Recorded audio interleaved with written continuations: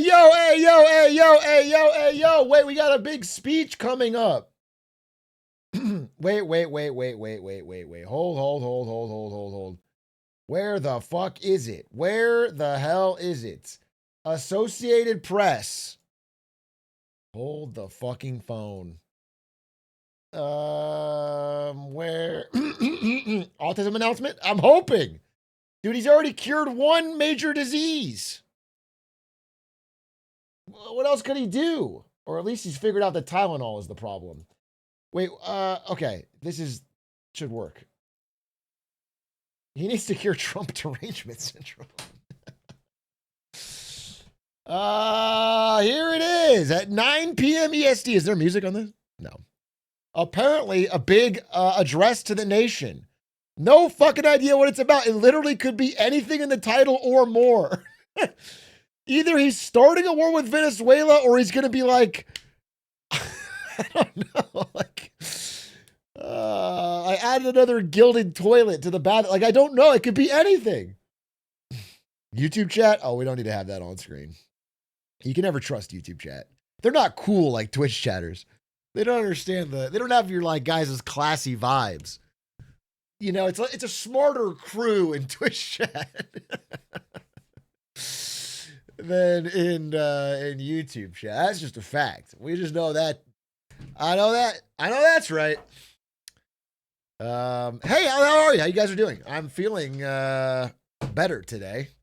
I got some stuff done. Not just TFT that I put. I'm still addicted as all damn hell, but I got some stuff done, and I'm on my sleep streak. Chum, thank you for the prime. Clarence 040, thank you for the 9 months. TY for the great content, bro. Appreciate that because I haven't given you shit today yet. Isn't it past Trump's bedtime? According to JD Vance, he never sleeps. He's always working tirelessly for the American people. So you watch your words, okay? This is a MAGA chat. Stu Bear 89, thank you for the prime. Mostly a YouTube fraud, came out from under my rock for the stream. Yeah, I appreciate that. Thank you very much. Voiceover recording streak win. 2. We're getting both those videos this year. Mr. Flabbergasted, thank you for the 6 months. Thoughts on Warsh versus Hassett? I still think it's Hassett. What it's going to be? If I was betting man, I think it's Hassett. But we shall see. I know JP Morgan threw his fucking... Not JP Morgan. Jamie Dimon, sorry, of JP Morgan Chase. Threw his weight behind Warsh. City Burry, thank you for the prime. M. Brown, thank you for the prime. J. Cave, thank you for the prime. The starting animation is incredible. Thank you very much. I actually drew that myself. This one right here. Yeah, I drew this and animated this myself under my pseudonym Pixel Taku. And it is one of my most impressive feats. Frame by frame, actually. Yes. I hope you are impressed. It's not drawn, it's modeled. That's what you think. I drew it. KK Joe the Beast. Welcome to the chat. First time chatter. First time chatters get to pick the topic. You said do a predictions of this speech. I actually don't know. I don't know. My main guess on this speech is that Donald Trump is going to try and talk about affordability because they're kind of panicking. The polls around affordability are terrible. So he will simultaneously say that the bad stuff is Biden's economy, but also things are really great and the economy is A++++, and it's a golden age, but also something like that. Something I think it'll be economy related, but it could also be surprise announcement of war with Venezuela. I'm not kidding. Like the fucking armada is down there. And I'm not talking about the Swedish Melee player. But it could be any. I mean, I don't know. Last time we watched one of these, it was him announcing that he had gotten Michael Dell to give money to his Trump Checks for Kids program / stock market pump. You know, it's like it could be anything. I don't know what's gonna be. And the time before that, it was an autism announcement that he announced that Tylenol might be the cause of autism, and then they kind of left that hanging, and then they later backtracked. So, like, Who knows? We don't know what it's gonna fucking be, bro. Legitimately. It could be Bloodborne 2. Hey, JPDX Solo, thank you for the fucking... How many gifted is that? 100? Holy shit. The economy is saved. Wait a minute, maybe Trump will announce that. Maybe Trump will announce that JPDX Solo has saved the economy. We're truly in a golden age. Jobs in America must be thriving if you have 100 gifted to throw around. Let me turn on the air because it's hot AF. It's hot AF right now. Explain that, libs. 100 gifted, how can we not be rich? It's just facts. And the thing about facts, they don't care about your fucking feelings, okay? Central Hub, thank you for the prime. Trump is going to release the new Avengers trailer. So high key, his messaging around affordability has been trash. So if he just didn't talk about it and started putting out the Avengers trailer, it would do better. It would do better than what he's been trying to do, which is simultaneously paint the economy as terrible because of Joe Biden, but also great and the greatest it's ever been. And the best first year they've ever had. And you know what I'm saying? He's trying to, it's a balancing act that he's not nailing. Okay, look, it's about to start here. Let's do a little primer. Listen, I've actually been avoiding, I don't know if you know this, in the past 2 weeks on Big A, I think we've done only one clip even tangentially related to Trump. We've been kind of taking a Trump break. There's been plenty of Trump news and Trump discussion, but it gets exhausting, bro. You don't want to talk about Trump all the time. Even if it's important, you got to save it for the big things, because if you do even medium things, it's every day. So I wanted to just fucking cram it all in. I want to just do a massive quick primer. Wait, this might be starting. This might be starting. He's usually a little late. Someone let me know if this starts, okay? We can just jump through. I mean, a couple things worth catching up on, but not big enough to talk about on their own. Okay, number one. Rob Reiner. He's a Hollywood guy that wrote Princess Bride, okay? Comedy icon. Not a fan of Trump. He died. Him and his wife were stabbed by their child, who's insane. That's a crazy, sad thing to happen. If you don't know him, you know, it's whatever. It's a guy. There's no crimes associated with him. He was just killed by his son. Trump, Truth Social, day after, said he was once very talented, but he has a massive, unyielding, and incurable affliction with a mind-crippling disease known as Trump Derangement Syndrome, sometimes referred to as TDS. Which is just a fucking insane thing to say about someone that just got killed by their son. Their wife and him died. It's the president of the United States. If you can't say anything, if you can't say anything positive, don't say anything. And then also in the same post, talking about how we're in a golden age of America, perhaps like never before. Just a fucking absolutely delusional thing to write. Not insanely out of character for Trump. Oh, wait, we're beginning the speech now. Wait. Good evening, America. 11 months ago, I inherited a mess, and I'm fixing it. When I took office, inflation was the worst in the history of our country. Good evening, America. 11 months ago, I inherited a mess, and I'm fixing it. Okay, let's see. When I took office, inflation was the worst in 48 years, and some would say in the history of our country, which caused prices to be higher than ever before, making life unaffordable for millions and millions of Americans. Okay. This happened during a Democrat administration, Okay, and it's when we first began hearing the word affordability. Okay. We're doing affordability. Our border was open, and because of this, our country was being invaded by an army of 25 million people, many who came from prisons and jails, mental institutions. I know the lines. They were drug dealers, gang members, and even Oh, the classics, bro. 11,888 murderers. More than 50. Bro, this is like unfreezing Mariah Carey for Christmas. Just Trump and a Christmas tree saying the classics, bro. Getting back all the old lines. 50% of whom killed more than one person. This is what the Biden administration allowed to happen to our country. Sleepy Joe. and it can never be allowed to happen again. We had men playing in women's sports, transgender for everybody, crime at record levels with law enforcement, and words such as that just absolutely forbidden. We had the worst trade deal. There was definitely a word of the prompter he couldn't read. I don't know what it was, but there was a word there he couldn't read because he just paused and goes, and words such as that. Ever made, and our country was laughed at from all over the world. But they're not laughing anymore. Wow.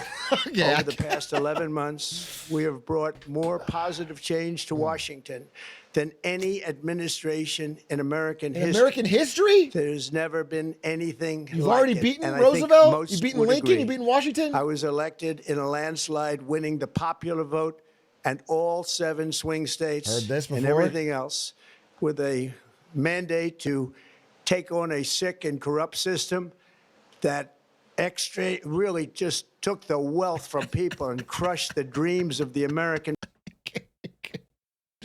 He could say extracted. Bro can't read. He keeps people. For the last 4 years, the United States was ruled by politicians who fought only for insiders, illegal aliens, career criminals, corporate lobbyists, prisoners, terrorists, and above all, foreign nations, which took advantage of us at levels never seen before. Grr. They flooded your cities and towns with illegal aliens.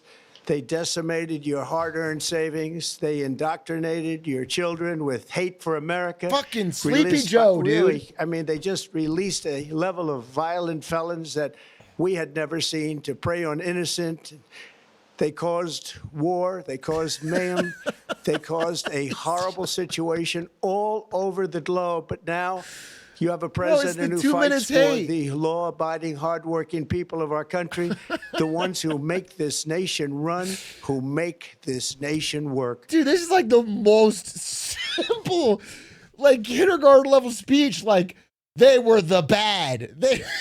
He created cancer. He's the one that makes the sun go down at night. He's the when dogs die, it's Joe Biden. But we are good and we're fighting and we've saved everything and everything's amazing now. And after just 1 year, we have achieved more than anyone could have imagined. Wow. Starting on day one, I took immediate action to stop the invasion of our southern border. For the past 7 months, 0 illegal aliens have been allowed in. More than anyone could have imagined. People that voted for you imagined that they would get good prices. The vast majority of them imagined that you would fix that problem. But that's not happened. You also said a lot of shit would be done day one that isn't done day one. So I think it's not beyond wildest imaginations. You promised a certain vision of an imagination to people that voted for you, and you didn't give that. Let alone people that didn't vote for you. I'm just people that did vote for you are already underwhelmed. Our country, a feat which everyone said was absolutely impossible. Do you remember when Joe Biden said that he needed Congress to pass legislation to help close the border? He was always blaming Congress and everyone else. As it turned out, you're always blaming we didn't him. Need legislation. We just needed a new president. We inherited the worst border anywhere in the world, and we quickly turned it into the strongest border in the history of our country. In other words, in a few short months, we went from worst to best. We're deporting criminals, restoring safety to our most dangerous cities. Just take a look at Washington, D.C. Oh, now I get it. It's at levels of safety that we've never seen before. And they decimated the bloodthirsty foreign drug cartels. We did that all by ourselves with our people, and we're so proud of it because they were poisoning and destroying our population. All right. Drugs brought in by ocean and by sea are now down 94%. We have broken the grip of sinister woke radicals in our schools, and control over those schools is back now in the hands of our great and loving states, where education belongs. After rebuilding the United States military in my first term, and with the addition we are adding right now, we have the most powerful military anywhere in the world, and it's not even close. I've restored American strength, settled 8 wars in 8 10 wars! months, destroyed the Iran nuclear threat, and ended the war in Gaza, bringing for the... So this is not even a speech about anything. This is Trump addressing the nation and just playing the classics, bro. He's just saying every possible thing about how I'm good and Biden's bad. First time in 3,000 years, peace to the Middle East, and secured the release of the hostages, both living and dead. Here at home, we're bringing our economy back from the brink of ruin. The last administration and their allies in Congress looted our treasury for trillions of dollars, driving up prices and everything at levels never seen before. I am bringing those high prices down and bringing them down quickly, very fast. Let's look at the facts. Under the Biden administration, car prices rose 22% and in many states 30% or more. Gasoline rose 30 to 50%. Hotel rates rose 37%. Airfares rose 31%. Now, under our leadership, they are all coming down and coming down fast. They're just not. They're just not, dude. I don't know what to tell you. They're just not. Like, at absolute best, they are rising slower because it was 2021 was the peak of our inflation, right? So they're definitely still rising. Inflation's still up. It's above the 2% target. It's at 3%. So it's still rising. Could be rising slower, but at no point are they coming down. Democrat politicians also sent the cost of groceries soaring, but we are solving that too. The price of a Thanksgiving turkey was down 33% compared to the Biden last year. Okay, so this has been fact-checked. I don't even have to do it. They found out that they were using a smaller portion of turkey. The Thanksgiving turkey meal that they are comparing year over year was a smaller amount. So the price of eggs is down 82% since March, and everything else is falling rapidly. And it's not done yet. But boy, are we making progress. Nobody can believe what's going on. Here are just some of the efforts. This is such a crazy double down strategy, bro. This is like 10 times beyond. Joe Biden did a similar thing, right? And I criticized him for it. I said, you can't go out to the American people and say, hey, everything's great. Look at these headline numbers. Things are good. It doesn't, when they don't feel it, it's obviously going to fucking roll right off them and make them actually kind of pissed off. But he's doing it at a most extreme level I've ever seen. He's pissing in your face and saying it's raining, bro. This is crazy. So we have underway, you will see in your wallets and bank accounts in the new year. After years of record-setting falling incomes, our policies are boosting take-home pay at a historic pace. Under Biden, real wages plummeted by $3,000. Dude, under Trump, this is not like just an Atrioc opinion, right? This is not a per Atrioc. This is like you can find any opinion poll done by Fox or by anyone talking to people, Republicans, Democrats, anyone about the economy. Nobody feels like their real wages are rising at an insane pace. Nobody feels like that. There is no poll from any source, conservative, Democrat, centrist. There's no poll where people aren't feeling dour about the economy, and certainly not where they think their real wages are rising at an insane pace. The typical factory worker is seeing a wage increase of $1,300 for construction. These are such easy lines to fact check. I don't even have to fucking pull shit up because these are all lines said before. Okay, manufacturing since April, which was fucking Liberation Day tariffs, has contracted for 8 straight months. It's manufacturing jobs are down. There is no growth in manufacturing. It has not happened. Anywhere that gets tariffed, if they're moving it to a different offshore country. It's going to Vietnam or Indonesia. It's not going back to America. Workers, it's $1,800. For miners, we're bringing back clean, beautiful coal. It's $3,300. And for the first time in years, Wait a minute. Whoa. I've been kind of talking shit, but if he's bringing back clean, beautiful coal, hold up. You guys know Big A loves clean, beautiful coal. I didn't know I was dealing with a goat. I didn't know I was dealing with old Donnie T bringing back clean, beautiful coal. Are rising much faster than inflation. Remember that. The wages, just look at it. Wages are going up much faster than inflation. How big is that? Very importantly, there are more people working today than at any time in American history, and 100% of all jobs created since I took office have been in the private sector. Think of that. 100% of all jobs have been in the private sector rather than government, which is the only way to make a country powerful and great. This historic trend will... Okay, I'm just going to pull this up. This is the bank rate survey, which is a good one, but there's others. All right, most American workers in 4 years say their pay hasn't kept up with inflation. If you ask people, and again, this can be replicated, and I'll find a Fox News poll. People do not feel, the 60%, largest share of workers in 4 years since COVID, that their paychecks are keeping pace with increases in household expenses. Will continue. Already, I've secured a record-breaking $18 trillion of investment into the United States, which means jobs, wage increases, growth, factory openings, and far greater national... How big is this fake number going to get by the end of his term?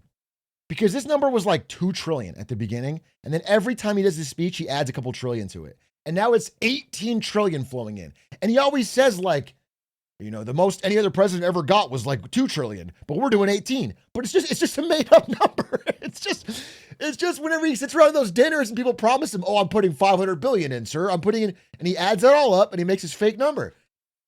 There's no evidence of it. There's no, the country's still running a massive deficit. I don't know what the fuck we're talking about. And then by the time it's 4 years from now, it's going to be $100 trillion. Security. Much of this success has been accomplished by tariffs. My favorite word, tariffs, which for many decades have been used successfully by other countries against us, but not anymore. Companies know that if they build in America, there are no tariffs, and that's why they're coming home to the USA in record numbers. They're building factories and plants at levels we haven't seen. AI. Well, I want to hear about AI, but I want to be so clear, bro. And this is exactly from Liberation Day. But again, it's tariffs are coming through on prices. The amount we've made from tariffs is already all allocated. None of it's amounts to the amount we've lost. And there's no boom of manufacturing jobs. We just had a jobs report released, 60,000 jobs or whatever, 100,000 lost last month. I'm sure this one will get revised down. But if you dig into the report, which I did, the only job growth is coming from like healthcare and then government jobs like education. Manufacturing down, retail down, tourism-related jobs down. So it's like, what the fuck are we talking about? This is just openly lying. There is no, like this is numbers from your government. You already made the BLS stop reporting, then come back. Like, if we can't trust these, what can I trust? No matter where we go, nothing is adding up to what you're saying. You're just going out there and hoping nobody ever checks.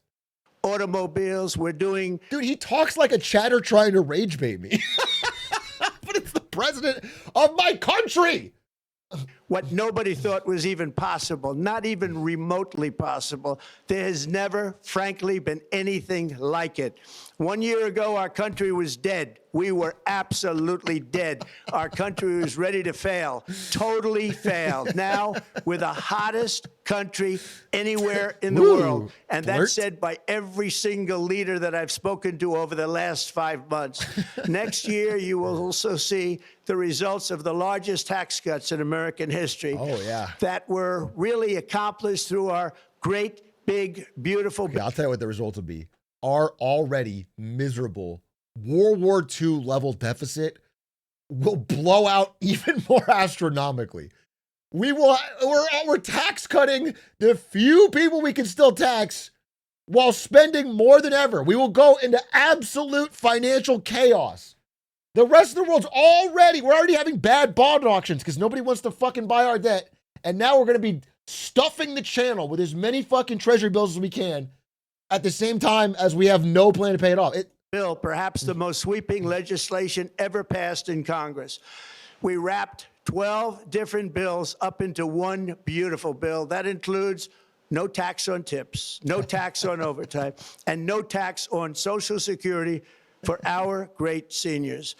Under these cuts, many families... I do like that, the vast majority of our tax dollars go as a gigantic vacuum out of working people's pockets and sent to old people. But far be it from me that they pay any taxes on those. No, finally something for the boomers. Finally something for the boomers, bro. And of course, there's no fucking means testing for it. So make sure that a lot of that Social Security money goes to people that own houses and already have established financial wealth. We should take money from people that need it and give it to people that don't. That's fucking awesome. These will be saving between $11,000 and $20,000 a year. And next spring is projected to be the largest tax refund season of all time. Because of tariffs, along with the just passed One Big Beautiful Bill, tonight I am also proud to announce that more than 1,450,000, think of this, 1,450,000 military service members will receive a special, we call Warrior Dividend before Christmas. The a Warrior Dividend. In honor of our nation's founding in 1776, we are sending every soldier $1,776. Think of that. We're doing And the stimmy checks are already on the way. We're doing Nobody stimmy checks, understood bro. that one until about 30 minutes ago. We made a lot more money than anybody thought because of tariffs and the bill. We are in a fucking massive deficit. Yeah, everyone knows this. Scott Bessent knows this, bro. Everyone knows this. You are, oh my God, we do not have the money to send out millions of this is so chaotic, bro. This is so crazy. This is like below my worst expectations, bro. This first year has been helped us along. Nobody deserves it more than our military. And I say congratulations, everybody. So and by the way, we now have record enlistment in our military. And last year we had among the worst recruitment numbers in our military history. That's a bad thing. What a difference a year makes. That's a massive recession indicator. What no politician of either party has ever done, standing up to the special interests to dramatically reduce the price of prescription drugs. I negotiated directly with the drug companies and foreign nations, which were taking advantage of our country for many decades, to slash prices on drugs and pharmaceuticals by as much as 400, 500, and even 600%. That's not how. In other words, your drug costs will be plummeting downward.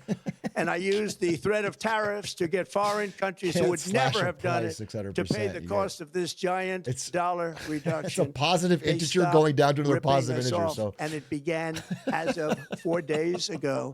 There has never been anything like this in the history of our country. Drugs have only gone up, but now they'll be going down by numbers never conceived possible. It's called Most Favored Nation, and no president has ever had the courage or ability to get this done until thank God now. we got you, Donald J. The Trump. first of these unprecedented price reductions will be available starting in January through a new website, TrumpRx.gov. And these big price cuts will greatly reduce the cost of health care. I'm also taking on the gigantic health insurance companies that have gotten rich. Bro, it's so funny because the last time we watched one of these speeches, it was him announcing that Trump checks for kids. And now it's Trump RX. Like, it all has, he's building the Arc de Trump in fucking DC. He's got to put his damn name on everything. On billions of dollars of money Trump that should RX? go directly to the people. The money should go to the people. That's you. So they can buy their own health insurance, which will give far better benefits at much lower costs. It will be far better health insurance. The current Unaffordable Care Act was created to make insurance companies rich. It was bad health care at much too high a cost. And you see that now in the steep increase in premiums being demanded by the Democrats, and they are demanding those increases, and it's their fault. What the fuck are you talking about? The Democrats are demanding the premiums go up? They're out, they shut down the government because they want the prices to go up? It was the exact opposite. The whole point was to extend the subsidies to keep the prices low. Now, look, there's a larger problem, you could say, that maybe like our government having to fund subsidies of a thing we can't negotiate the prices on is crazy. But the idea is at the end of the day, it's taxpayer money, and the bottom line is you get a cheaper healthcare. But the idea they were fighting to get your premiums up out of pure spite is fucking crazy. What are you talking about? It is not the Republicans' fault. It's the Democrats' fault. I see. It's the Unaffordable Care Act, and everybody knew it. Again, I want the money to go directly to the people so you can buy your own health care. You'll get much better health care at a much lower price. The only losers will be insurance companies that have gotten rich, and the Democrat Party, which is totally controlled by those same insurance companies. How will the insurance companies... They will not be happy. I literally walk through the logic of this. How will completely unchanging their structural control over that industry, but moving the money through either Affordable Care Act or direct, how will that change whether or not they're going to get rich either way? They can price gouge either way. What? That's okay with me because you, the people, are finally going to be getting great health care at a lower cost. Another major focus is the cost of energy. For years, the radical left Democrats exploited the green. I don't care. We're fact checking live, bro. I want to pull up something here. We have to do this. We have to do this.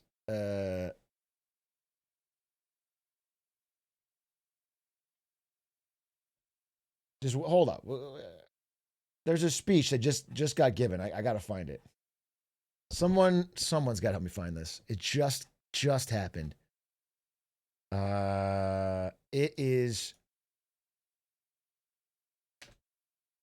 Hold up. I found it. Okay, look. But the truth. Okay. Look at this. Look at this.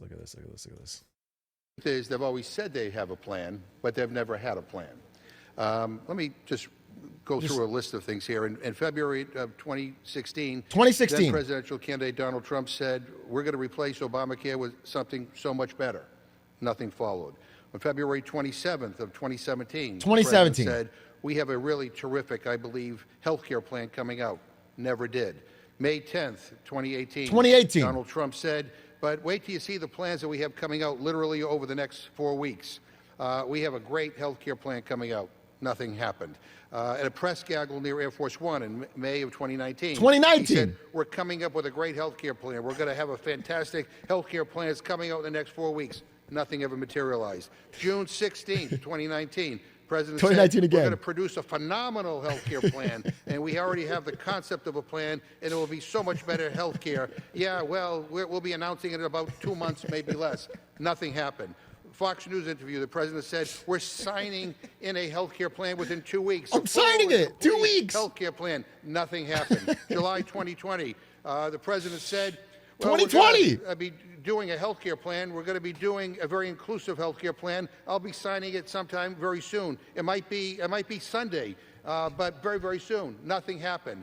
August 3rd, 2020, the president says we're going to be introducing a tremendous health care plan sometime hopefully prior to the end of the month. It's just about completed. Nothing. We're still 4 years ago. 15th, 2020. You know, the president says you're going to have a new health care. We have a whole bunch of alternatives to Obamacare that are 50% less expensive and are actually better. Nothing. Never happened. September 10th, 2024. ABC News presidential debate. Okay. He says, I have concepts of a plan. You'll be hearing about it in the not too distant future. Nothing happened. December 8th, 2024. He said, we have concepts of a plan that will be much better. You'll see it very soon. Produce nothing. In May of 2025, this year, the White House event, he says, so we're going to be maybe coming up with something. I think this gives the Republicans a chance to actually do a health care that's much better than Obamacare. Nothing. People are sick and tired of the empty rhetoric. Okay, bro. He talks about healthcare like I talk about fucking Marketing Monday. It's always next day. It's always just a few days late. It's always right around the corner, bro. What are you fucking talking about? It's been years and years of this same fucking shit. It's just about to be here. It's going to be so cheap and so affordable. Green energy scam as an excuse to funnel many billions of dollars into their own massive slush funds as their energy restrictions drastically drove up prices, and they drove them up at record levels. Electricity costs surged 30 to 100% under Biden, and the typical family lost $5,000 to $10,000 in higher energy costs. Think of that, $5,000 to $10,000 you lost on day. The price of electricity is surging around the country right now. This article's from October 30th, 2025. It's happening right now. Everywhere. I know, because my power bill's fucking crazy. Woke article. Day one, I declared a national energy emergency. Gasoline is now under $2.50 a gallon in much of the country. In some states, it, by the way, just hit $1.99 a gallon. And within the next 12 months, we will have opened 1,600 new electrical generating plants, a record, and it's a record that won't be. Our average across the country is about $3. I'm looking it up right now. And of all his claims, I can give full credence to, like, gas prices are probably slightly down from oil prices are down. So, look, the price of a barrel of oil is a global phenomenon, and if it's up or down, it'll change the price of gas. It's totally possible gas prices could be down in some states. That's not crazy to me. We're pumping a lot of gas. It's such a small thing, but yes, 100%. Gas could definitely be down. I'm not gonna fucking knock a true statement. It's probably true. It's just, it's like, okay. But like, if any, it's like so largely out of his control. A lot of things can happen that would spike oil prices right back up. Beaten by practically, I would say, by anybody, or certainly not very soon. Prices on electricity and everything else will fall dramatically. The Democrat inflation disaster, again, the worst in the history of our country, also robbed millions of Americans of home ownership and indeed the American dream. The yearly cost of a typical new mortgage increased by $15,000 under Democrat rule. In 11 months, we've already gotten that annual cost down by $3,000, and it's coming down a lot lower. Wait till you see. The numbers are going to be shocking. And I'll soon announce our next chairman of the Federal Reserve, someone who believes in lower interest rates 50-year mortgages, and mortgage payments will be coming down even further early the new year. And you will see this in the new year. I will announce some of the most aggressive housing reform plans in American history. A major factor in driving up housing costs was the colossal border invasion. We have never been invaded. This is the worst thing that, frankly, in my opinion, the worst thing that the Biden administration did to our country is the invasion at the border. The last administration and their allies in Congress brought in millions and millions of migrants and gave them taxpayer-funded housing while your rent and housing costs skyrocketed. Over 60% of growth in the rental market came from foreign migrants. At the same time, illegal aliens stole American jobs and flooded emergency rooms, getting free health care and education paid for by you, the American taxpayer. They also increased the cost of law enforcement by number. How long does this cognitive dissonance work, though? Because, okay, if all of these problems were caused by this flood of invasion of migrants, but you open this speech by saying you have locked down the border, we have deported everyone, we have, we've done the greatest border control in American history, and yet none of these things are going down in price. Like, how long can you, we're a year in, so I guess you can still make the speech go, but how long does the speech go if you can say, yeah, we've accomplished all of our goals on immigration, and yet, despite blaming it for everything economically, the economy is still bad? Like, how? They're so high that they are not even to be mentioned. For the first time in 50 years, we are now seeing reverse migration as migrants go back home, leaving more housing and more jobs for Americans. In the year before my election, all net creation of jobs was going to foreign migrants. Since I took office, 100% of all net job creation has. We don't have net job creation. That's the fucking point. The unemployment rate is rising every month. It just hit a high for the year. Every month it's like, hey, we got 40,000 new jobs. And the next month they revise it down and go, actually, it was negative 80K that month. Every month. So there's no net job creation. So what are we talking about? 100% of the new net jobs? There is no new net jobs. I'm losing my fucking mind. Gone to American-born citizens, 100%. In the end, government either serves the productive, patriotic, hardworking American citizen, or it serves those who break the laws, cheat the system, and seek power and profit at the expense of our nation. And you, Donald J. Trump, you're saying here to my face that you have never... ...patriotic, hardworking American citizen, or profit at the those who break the laws, cheat the system, and seek power and profit at the expense of... You're not the guy to ever break the laws, cheat the system, or seek power and profit at the expense of the American people. That does not describe you at all, is what you're saying. That is just foreign to the idea of what you've done. Or your sons. Or your fucking Trump coin. Our nation. Okay. Look at Minnesota, where Somalians have taken over the economics of the state and have stolen billions and billions of dollars from Minnesota and indeed from the United States of America. And we're going to put an end to it. For so long as before my election, the vast majority of good and decent Americans were forced to watch as corrupt politicians plundered the halls of power, exploited our... That is what I'm forced to watch right now. I'm literally being forced to watch that right now. Like a fucking torture device. Our taxpayers and pillaged every system that makes civilized society function. But not anymore, and you see that every day, not anymore. We're putting America first, and we are making America great again. Very simple. We are making America great again. He's got the sauce. Tonight, after 11 months, our border is secure. Inflation is stopped. Wages are up. Prices are down. Our nation is strong. America is respected, and our country is back, stronger than ever before. How about that? We're poised for an economic boom, the likes of which the world has never seen.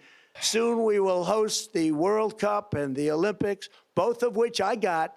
But most importantly, we will celebrate the 250th anniversary of the Declaration of Independence. No, you didn't. There could be no more fitting tribute to this epic milestone than to complete the comeback of America that began just 1 year ago. When the world looks at us next year, let them see a nation that is loyal to its citizens, faithful to its workers, confident to its identity, certain to its destiny, and the envy of the entire globe. We are respected again like we have never been respected before. To each and every one of you, have a Merry Christmas and a Happy New Year. God bless you all. That was the speech. He's just staring. Oh, fuck. Cinema? A mic drop? Generational? That was one of the worst fucking speeches I've ever heard in my whole goddamn life. I'm crashing out a bit, bro. It's gotten even more this past, I don't know, month. It's just gotten so delusional on a new, almost a new level. But one thing I'll say, and this is actually segue. Thank you, Trump, for setting me up for a couple slides here. Thank you. I was really hoping you'd talk about affordability today. Because, listen, the angle of that speech goes along with a quote that Trump gave about a month ago, a month and a half ago, where he said, affordability has become the big word in politics. I've been talking about affordability for a long time, but as of, let's say, November, feels like everyone's talking affordability. And he has decided that his angle is affordability is a hoax. Okay? That's the angle he took in the speech tonight. That's the angle he took in this quote. Affordability is a hoax. All right? Things are actually fucking great. Voter frustration over high cost of living is just wrong. Now, again, this is the exact strategy, probably worse version of the strategy, that Joe Biden tried and failed with. And now Trump is trying to double down on the same thing. Voters are expressing ever-mounting displeasure with the economy, with jobs, with prices, with the ability to find good quality jobs, with the cost of with like the cost of medicine and schooling and all scarce goods. And when you ask him, how is he doing in the economy? He says, my grade. Are pretty good. But I do want to talk about the economy, sir, here at home. And I wonder what grade. I just want to pause. I know he fucking hates talking about affordability. All the behind the scenes leaks are that he thinks this is all, he shouldn't have to talk about this shit, okay? And so when she asked about the economy, listen to his big sigh. The economy, sir, here at home, and I wonder what grade you would give A+. your economy. A+. Yeah, A++++++. Well, it's interesting. Okay? And there's just no fucking world. And I'm not, look, there's polls that lean one way, there's polls that lean another. I'm being dead honest here. You can go to the most Republican sources. People are pissed about this economy. In fact, I will go to those Republican sources. Let's go to the Fox News poll. Okay? As prices pinch, voters see Trump focused elsewhere. Voters are pessimistic on economic conditions. 72% in the Fox News poll from 3 days ago say not so good, poor national economic conditions. Okay? They don't see us in a golden age. They don't see A+++. So even if you like the guy, even if Trump is your guy, it is frustrating to look and feel in your personal life and see things a certain way. And then the president is out there day after day telling you something that you know is a lie. And now he's got everyone else saying it. President Trump last week gave his economy a grade of A++++. What grade would you give the economy today? A+++. And by the way, listen, some people, my theme for this Trump affordability content recently has been that it's really fucking hurting him. And I do believe that. I think his polling numbers are the worst they've been both terms. Maybe the peak of COVID, it was worse, but this is like the worst it's been this term and all of last term, outside of COVID. And I think if you look at some of the races that have been run, for example, Miami just had a Democratic candidate run on affordability and won the first time in Miami in 30 years they had a Democratic win.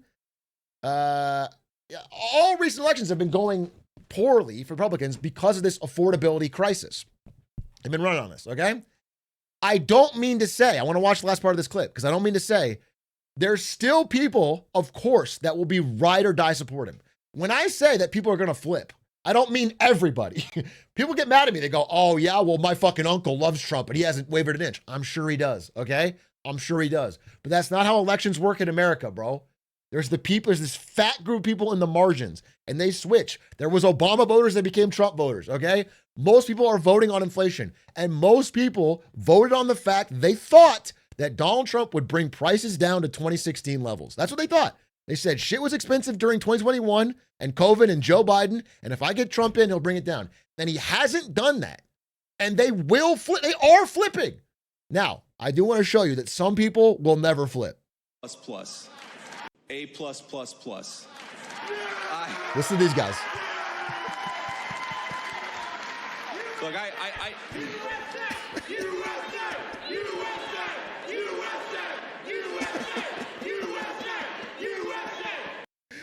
Dude, okay, so if he's going to tell you straight to your face that everything is A++++, and you just start, USA! Yeah, of course, you're all in. You're a lifer.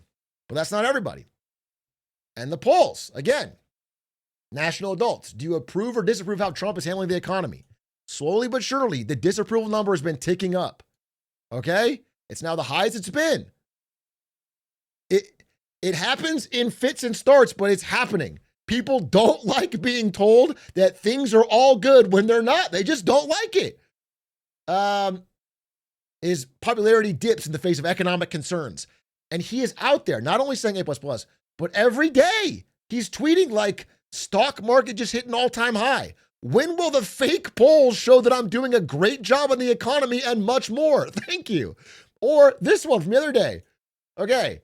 Affordability 13 months ago was a disaster for the American people, but now it's totally different. When will I get credit for having created, with no inflation, perhaps the greatest economy in the history of our country?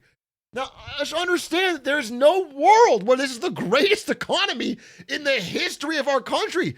That's completely delusional. There's some people that will agree with this, but most will not. And I promise you that. I promise you that since he got elected.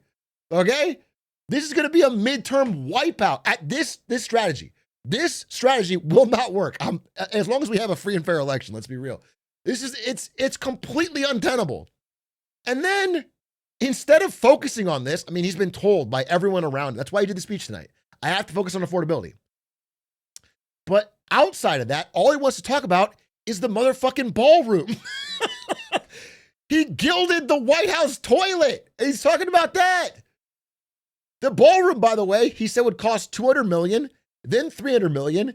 And then on December 16th, one day ago, he got up on stage and said, actually, it's going to be $400 million. He's not even bothering to lie, at least lie to me. Why are you telling me every 2 days it's costing $100 million more? What? This is crazy. Nobody wants to hear about this. People are losing their jobs, and the jobs they are getting back are worse.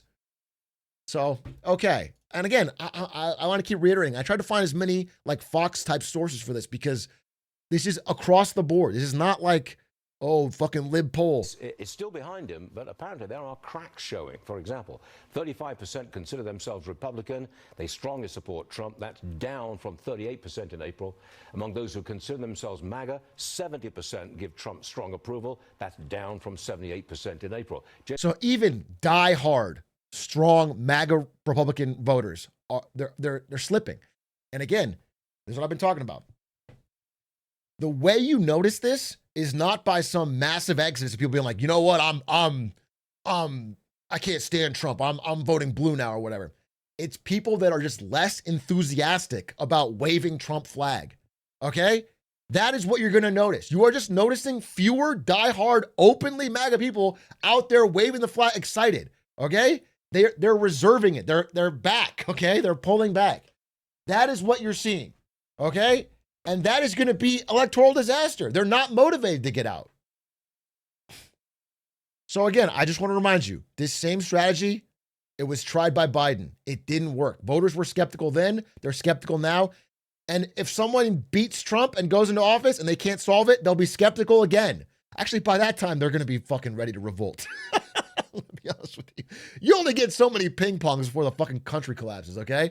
But they are skeptical. They would like actual change in the economy. And you are not delivering it by any measure. And this strategy that you went in the speech tonight and with this affordability hoax will fail. It's just not going to work. It doesn't matter how strongly you say it. It's not going to work. Anyway, that's my update. Thanks for watching. Okay. Check out TrumpRx.gov. Damn. TrumpRx.gov. Look at this fucking website, bro.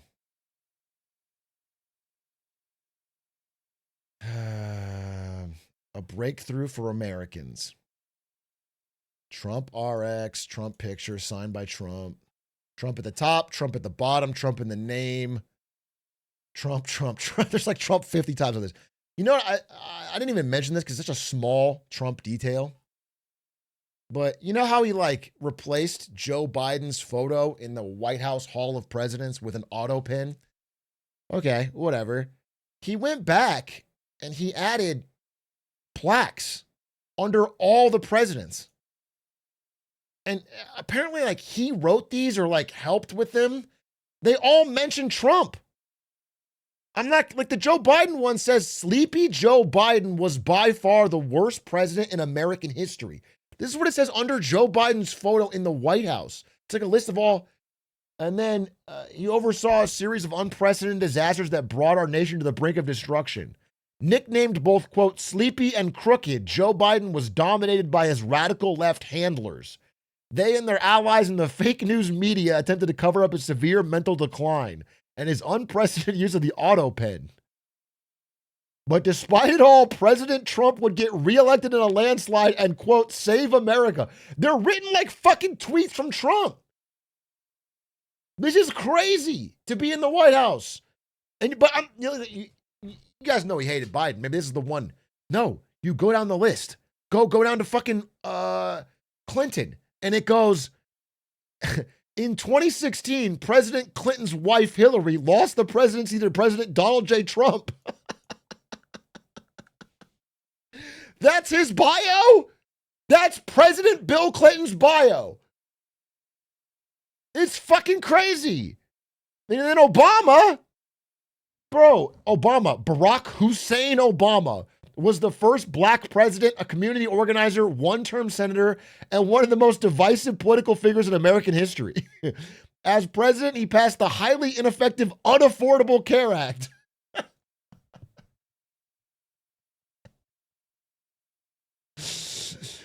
He presided over the creation of the Russia hoax, the worst political scandal in American history.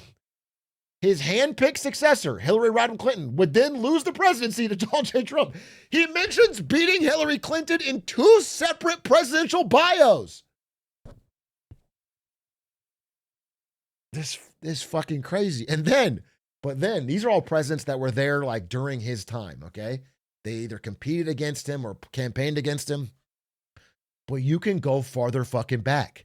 You can go back to Ronald fucking Reagan. Where they talk about him winning the Cold War, transforming American politics. He was a fan of President Donald J. Trump long before President Trump's historic run for the White House. Likewise, President Trump was a fan of his. This is a fucking joke. This is a joke, dude. Wait, why is he spending time writing these? Oh, brother. I have not done a lot of Trump clips recently. This shit makes me crash out, bro. I've been talking about other shit.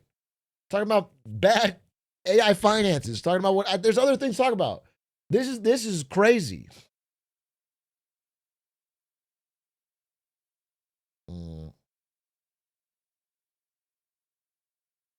I guess I got TDS, bro. I must have TDS. Because it's obvious to everyone else that our country's being run by an absolutely incredible man who's doing his best to fight for the American people. And to me, a fucking TDS lolcow, I feel like he's a fucking idiot. Who's running my country into the ground live.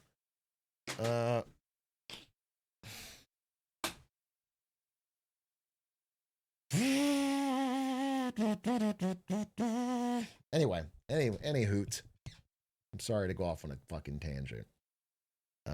I know you guys come here for one thing and one thing only, to watch me play TFT with no cam while playing hits from the early 2000s. I know you guys come here for one thing, and you don't want to see me fucking talk about politics. All right? I understand that. But sometimes I just can't help myself.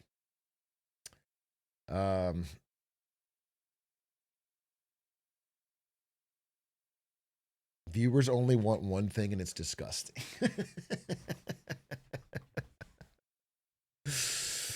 Well, is there other news I want? I mean, there's a lot of news I want to talk about. I do want to cover Venezuela. I was kind of hoping he would announce something. It's a real will they or won't they beautiful love triangle, like a sitcom love triangle right now between the American military and the Venezuelan military. I was hoping for an announcement that I could discuss, but I'm kind of waiting to see what happens before I make something that's instantly out of date. So I'm kind of holding off, but there's a lot to say about that whole fucking reorientation global strategy.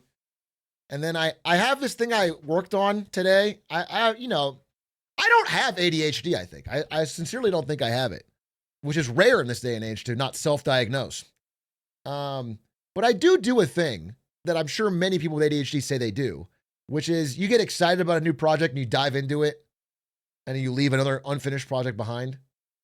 I definitely do that. Today I fucking cranked out 40 slides on how do I don't want to spoil it. Consider it like this.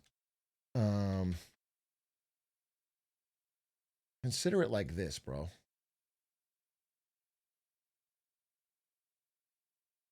I was really, really interested in this because I wanted to find some parallels between right now and this moment.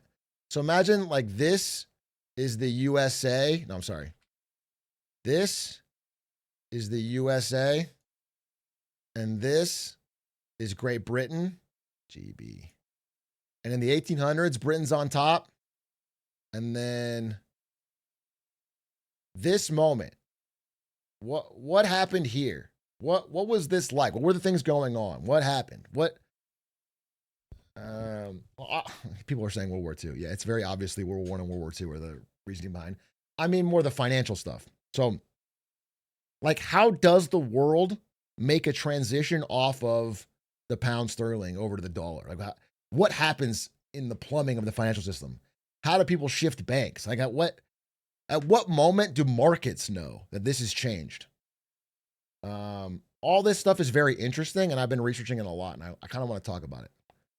And I think there's one key moment that nobody's actually mentioned yet that I think was like the clarifying point for the world that the tides had changed completely. And so I'm trying to talk about it, but I'm not done. So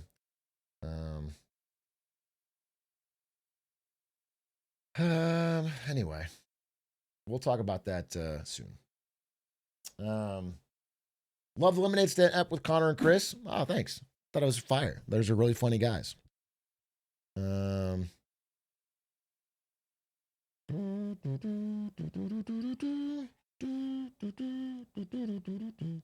This content creator made a video kind of on this type of change, but it's too math heavy, but he did shout at you. I love getting shouted out. In this video, I do love getting shouted out.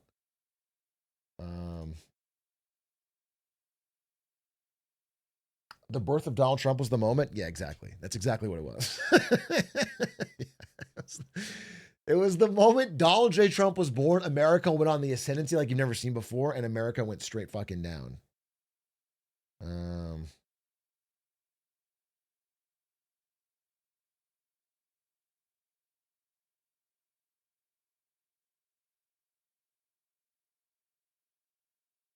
The year 4 future presidents were born. Fucking true.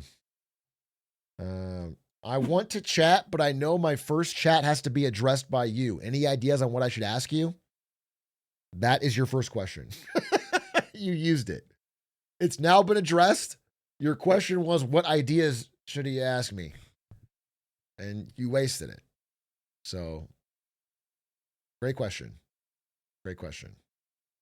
What was the answer? Oh, you should have asked me like an interesting thing that you actually wanted to know that would have helped you with your life. Or like a topic that you thought might have launched something interesting. You should have asked that. That if you want an answer for your question, that's what you should have asked.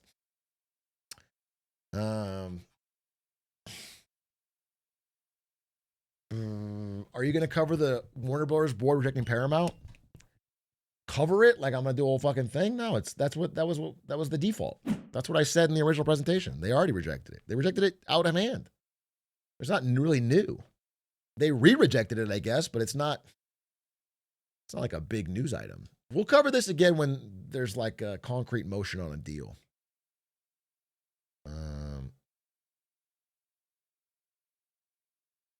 Dude, I can't believe we're doing a million plus stimmy checks near 2K.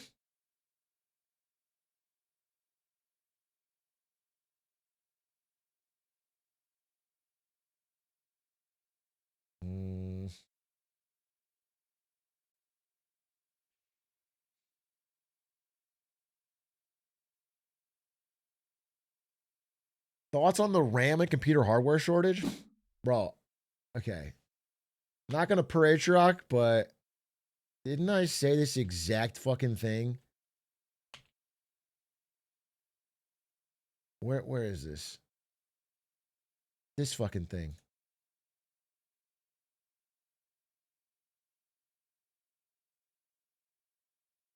This is not a great fucking website, but there's articles everywhere. NVIDIA plans heavy cuts to GPU supply. Somebody find the clip. Somebody cut this together. One of the clip channels, not even 8ish, one of the little light clips, clip together me saying, you know what NVIDIA wants to do is cut GPU supply production because they want to use all the time at TSMC for AI chips. I said this fucking verbatim. And then it was trending on Reddit today. They announced it.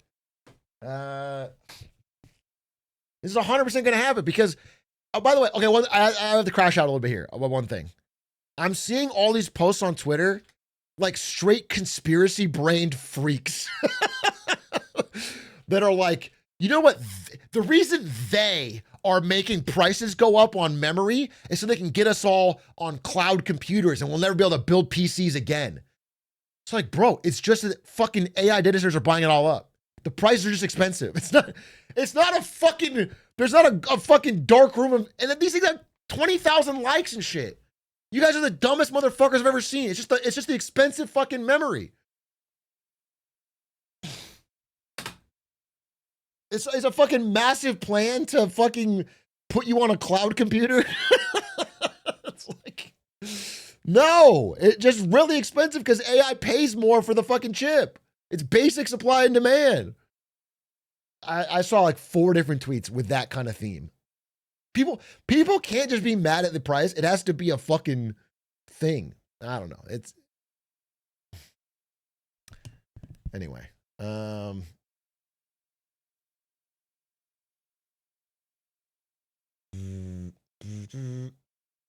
Why isn't memory supply matching demand? Because of the massive demand shock of AI, if you want the actual answer. AI has come so fast and furious. Pause. And flirt. And reference to a great movie. Okay? AI, and they're buying all the fucking memory. So, and they have way deeper pockets than consumer GPU buyers. And so, yeah. And then at the same time, NVIDIA specifically just has a certain amount of limited time at the TSMC foundry. Okay? They can only use so much of the TSMC foundry. And so they want to use all of that on expensive, high margin AI chips and a very little amount of it on GPUs for you to fucking ray trace Minecraft.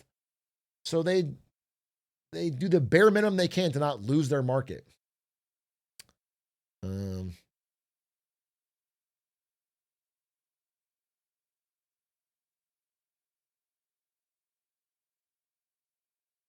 How bad is the declining American economic situation for Canada?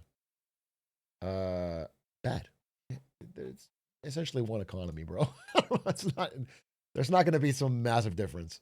And also, it's not just American economy declining. There's no economy around the world that's like thriving right now. I mean, small, but all major economies are having problems.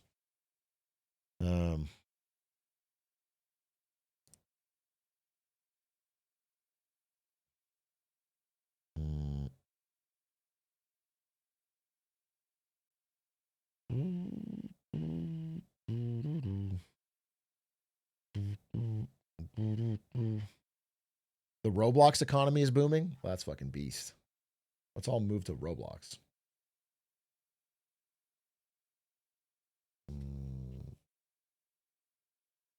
I saw some people claiming that Sam Altman / OpenAI had bought out more supply than they needed just to try and choke out competitors. Is that a conspiracy theory? This is not conspiracy theory. I don't know the truth of this. They have bought a huge amount of the supply. Yes, absolutely. Whether it was part of a strategy to choke competitors, we don't know. There's no leaked email or anything. OpenAI has planned to build an absurd multi-trillion-dollar amount of data centers. Okay, so they're buying up GPUs and memory and land and promising billions to other people to do the same thing. They don't have the money for any of it, but that's the plan. Okay? So regardless of competition, that's what they're doing. So maybe a little conspiracy brain to say it's like 5D chess, and instead of just a stupid fucking drunk guy at a shopping spree. But it could be either one.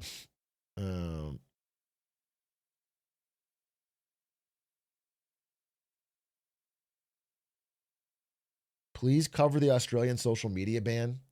Are you fucking kidding me? Are you fucking kidding me, Joseph? How do you know my content and care about me enough to get in here and beg me to cover something and not know that's all I covered the past 2 days? We did 2 separate clips. I'd never do 2 clips back to back on the same subject. Never. But I wasted yesterday playing TFT, so we doubled it up. That's crazy.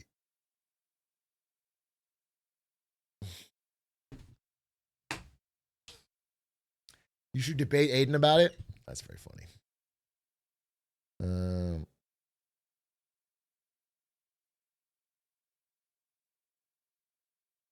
Hey, Atrioc, when are you talking about Simon Cowell's new boy band? I think everyone's dying to know who your favorite member is. Simon Cowell's a new boy band? Simon Cowell, new boy band. It's called December 10th? That's so confusing. What if December 10th has a show on December 8th? Am I going to miss the fucking show because I don't know the right... What a stupid name.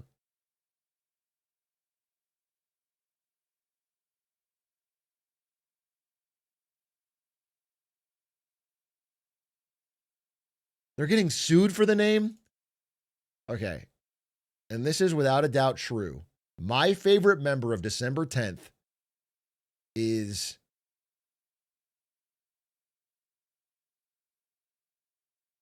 Danny Bretherton. It's going to be like he murdered his whole family or something.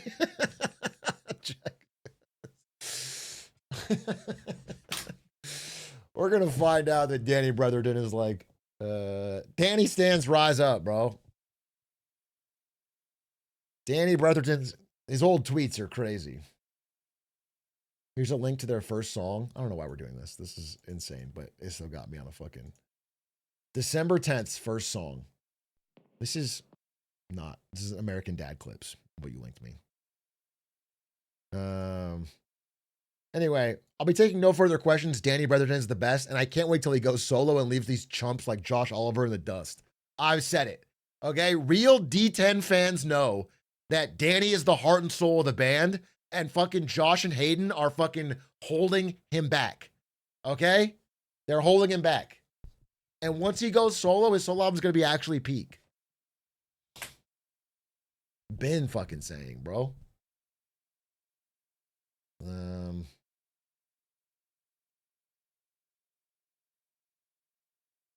How's your gold doing? First of all, don't ever watch another man's gold. Okay, it's bad form. Don't ever fucking keep your eyes on your own gold, is what we say around here. My gold's doing damn well, thank you. My doubloons are quite good. Literally like one of the greatest fucking investments I ever made in my whole life. It's insane.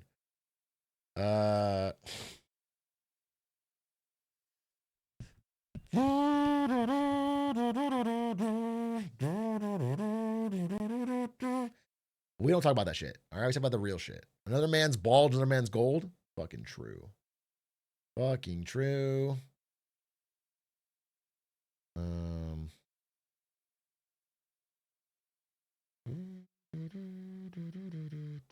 Are you playing TFT tonight?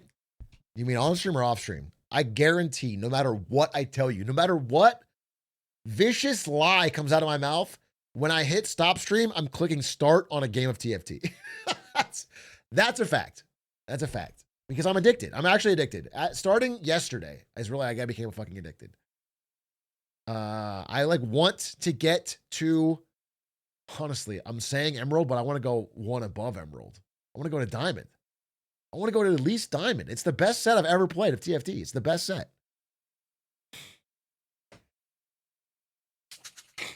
And so I'm actually kind of low-key addicted, but I don't want to be playing it. It's not good for me. Not good for me. What's your favorite comp? Never ask a man his favorite comp. Okay, I don't have a favorite comp, bro. I play the field. I establish a read on the meta and on my board and on my opponents, and I build a calculated line. Or, more realistically, whatever my first augment is, I hard force based on that. I hard force. Whatever, I get an augment and I pick something and I hard force.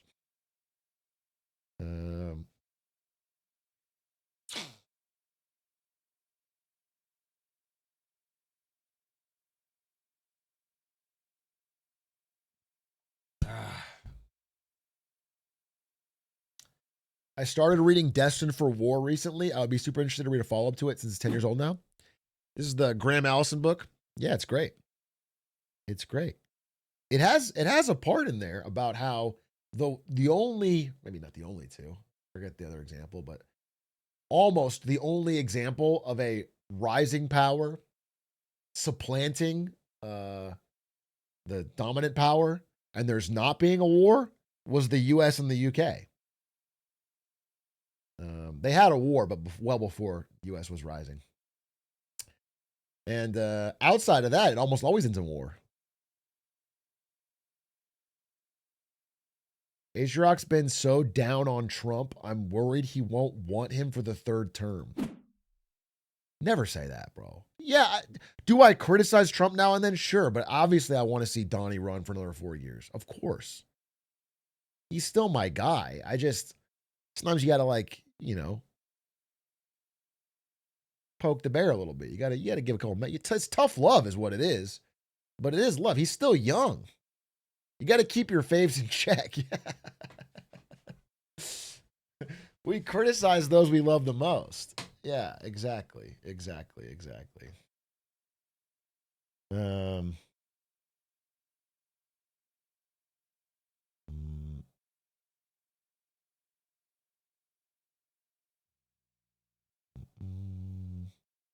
There's so much more of the White House to cover in gold. That's true. Like, nobody we get in office will be as good at gilding the White House as Donald J. Trump. I can still see some of the white of the house. Now, and that needs to be all gold. It needs to be the gold house.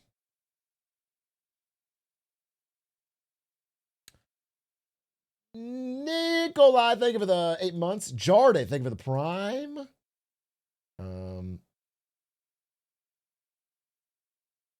Did you see the plaques Trump put up? Yeah, I talked about him. Here, wait. Is there something fun we could watch? Is there something fun? I do have to finish. Look, this TFT addiction came at the worst time. Every year around December, I get fucking stressed because we have to get videos out. Well, if you guys don't know YouTube, I'll give you a little inside baseball here, right? If you release a video in December, it does fucking great. Even if you get like medium or lower views, you make a ton of money because December ad rates are crazy. If you release it 2 weeks later in January, you get dog shit. You get nothing. And every year I have dropped my Hitman contract video on January fucking 1st because we don't get it out in time. It goes on January 1st and I get multiple millions of views and it's like the worst ad rates. So we are trying to hit it in December. I have to finish this fucking VO. And I have to finish the VO on that. And we have this really fucking incredible Age of Empires video, which is about the greatest match of all time. It features interviews with Hera, commentary by me, graphics. It's fucking awesome. It needs VO. I have to finish the VO. And we have to get both of these out. So I might end stream here after one video. We're going to watch something, but then I might end because and then I'm going to play a TFT and then I'm going to do it. Okay. Because I have to get it done. I just have to. I'm sorry, but I have to do it.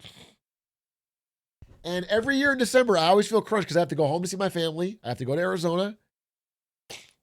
And I just feel like a lot of things hit at one time. And, but this year, I'm actually sleeping. So I actually have been sleeping good all December. So I think I can do it.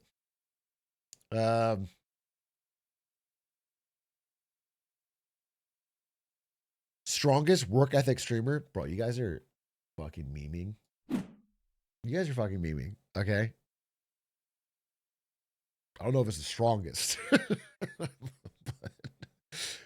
but I'll just say this, bro. I'll just say this, okay?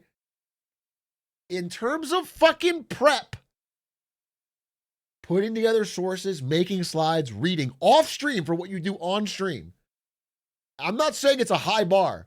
I think the bar's in fucking hell.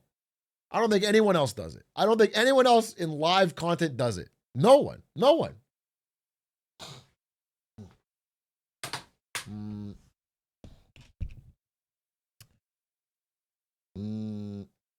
Except for Asmongold.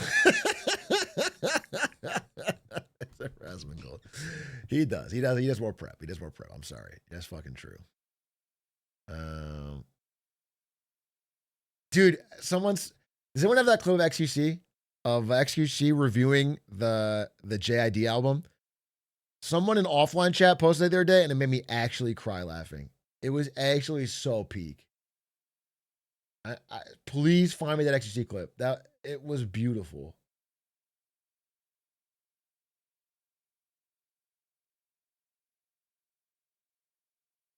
Is this it? This is it. This is so peak. Wait, does anyone have like a Twitter clip so I can full screen it? Does anyone have a Twitter clip? You only have the YouTube version. All right, well, whatever. I can't even audio change. Here we go.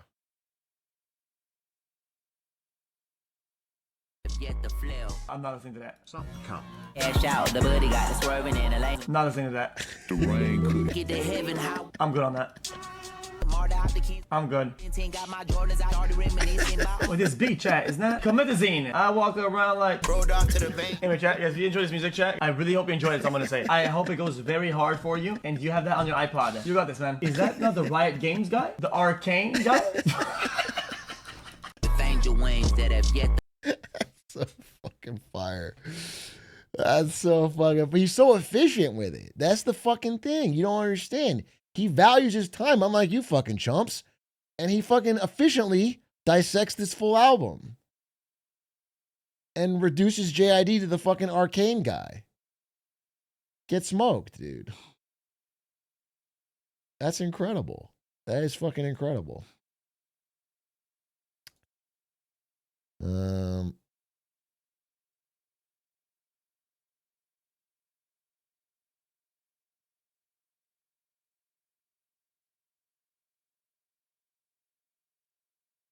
He has bad ADHD. He can't eat.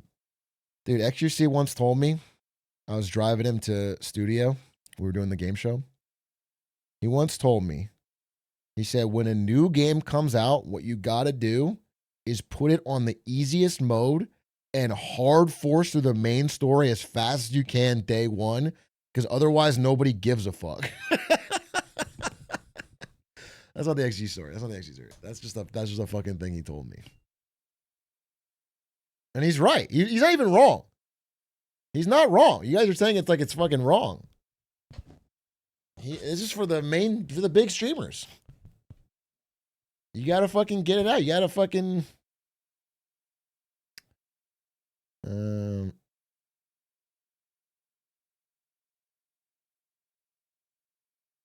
don't like it, but he's right. I think what people really want is for you to start a game and then slowly drip feed it over years. Split it up. Play like an hour here, an hour there, 8 months later, 20 minutes, 2 years later. Just like slowly grind through it until like no individual person could possibly watch the full playthrough. I feel like that's what the audience really wants, okay? Steve Jobs once said that people don't know what they want until they see it, until you give it to them, okay? If you were to poll people, they'd be like, oh, I want you to play a full game and complete it. Yuck. But once they see my way of doing it, they go, wait a minute. Shit. This is fire. This is incredible. Wait a minute. This is the best way of experiencing gaming content. Scout Monkey, they give it the 14 months.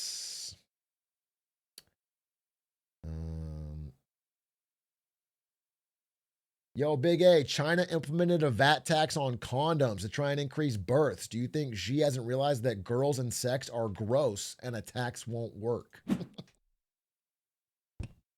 Yeah, this is actually true.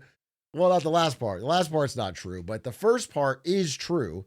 That one of the harebrained methods that are being used to try and stop China's looming demographic crisis is they want to make condoms more expensive. So people can't afford to buy protection, so they have kids. This is not a joke. This is a real thing. They're trying to make birth control and condoms more expensive. so that people like try to cheat.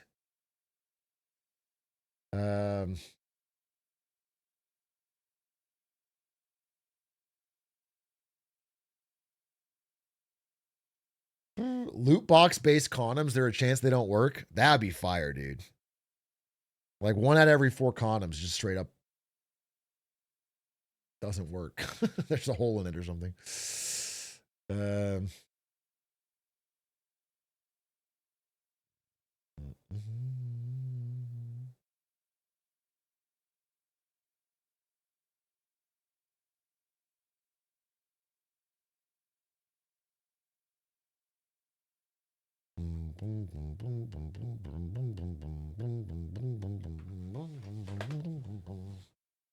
Anyway, that is an interesting thing they're doing. I do think it would be interesting to like add that up with a bunch of other stuff that's happening. You know, a lot of countries all around the world are all trying different crazy schemes to get the birth rate up. And pretty much universally, they're all failing. Even countries that have like, you know, great paid leave and maternity leave and paternity leave, and they're still having falling birth rates. Birth rates is it's a bigger issue than any one thing. I'll tell you that.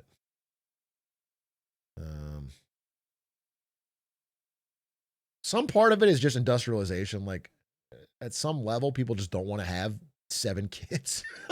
Like straight up. Like there's like in an era of farming and subsistence, you'll have 6, 7 kids. That was not intentional, but that's fire.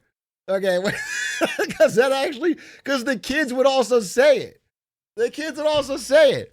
But I was trying to be serious here for a second, but I got fucking thrown off. But that'll drop. But you know, people are clearly there's like some stuff you can do, which is like make the cost of it's not even housing is a huge part of it. But I gotta think on some level, it's like about the cost of a stable future. So it's 2 parts to that. Not only do you have to have some money, but you have to feel like you have 20 to 30 years of stability. You have to feel like not only am I safe now, but I will be good for a long time. I am not worried. There's not this cloud of miasma. I think that's a big part of it. I think a lot of people that are, even if you throw benefits in their face for having a kid, they don't see that longer term stability that makes you want to have a kid. But it's more than that. I mean, it could be fucking it could be a lot of things, bro. Because truly, I just want you to know it's across all societies. Like there's a lot of things you guys are like, we should just do this. And then Sweden has done that and they still have bad birth rates. So it's not a simple fix. Maybe babies just have bad vibes. Do you think? Okay, so like back in the day, babies had like actually kind of chill fucking vibes, and then their vibes have gotten absolutely trash. And everyone's just like, I just don't want babies around.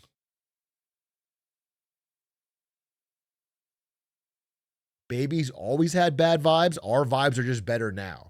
Okay, I see what you're saying. Babies have always had bad vibes, but we used to be kind of bad vibed ourselves. So babies weren't bringing the mood down too much. But now that we're so chill, a baby like just can't read the room. A baby is completely okay. That's a really interesting theory. No one's proposed that, I've heard in the stuff I've read.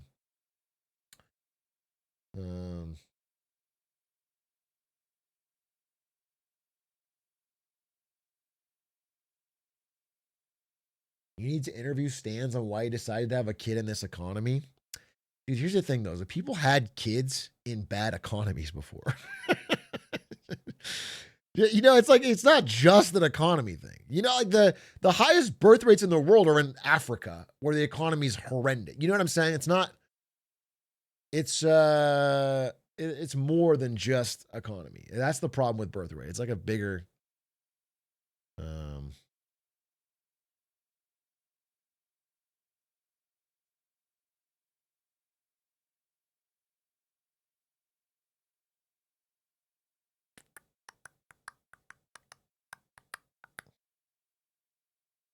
African fertility rates are falling too. Yeah, but they're still like way above replacement. There's like a pretty good map. Fertility map. Yeah, I mean, this is 2024. Oh, come on, give me a high res version.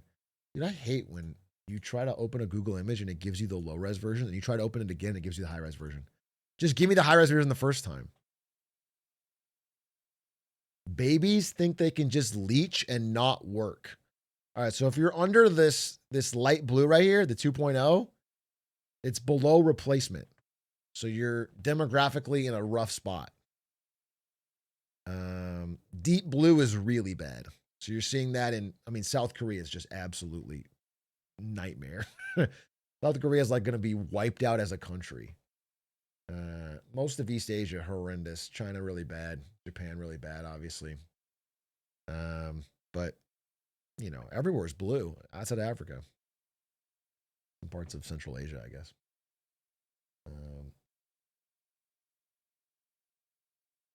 I'm curious if there's a map of the States. Yeah, I've seen a map of the States.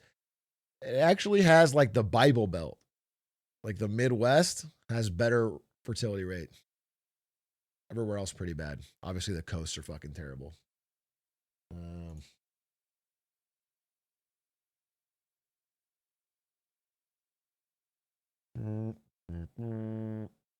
Is it a crisis or is it a slow solution?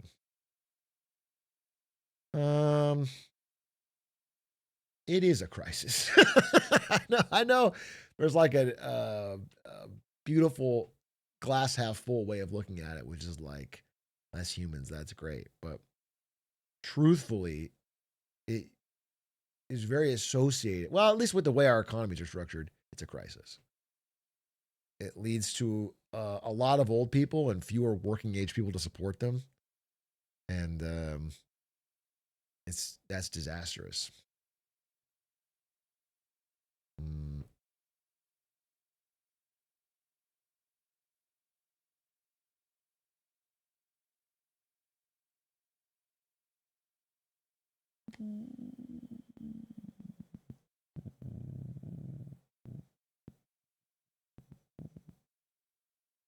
Sounds like wokeness causes low birth rates. Thank you for your attention to this matter. Thanks, Donnie T. Birth rates are down because RAM price is up. Wouldn't it be the opposite, bro? If RAM was cheap, everyone would just buy a fucking sick, nasty gaming PC and never have sex again. If anything, they are raising RAM prices to try to get you out of your house so that you have babies and keep the economy functioning. It's probably a fucking conspiracy. They won't let you buy RAM, so you go out there and actually RAM.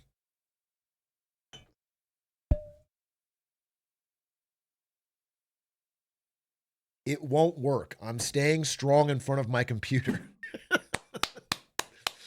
Good shit, James. Stay strong. Stay strong, brother. Stay strong, hero. Don't let them make you have sex, okay?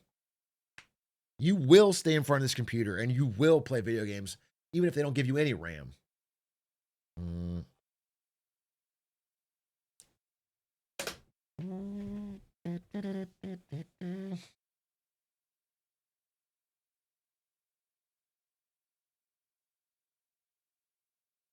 Can't you just download the RAM? That's a great question.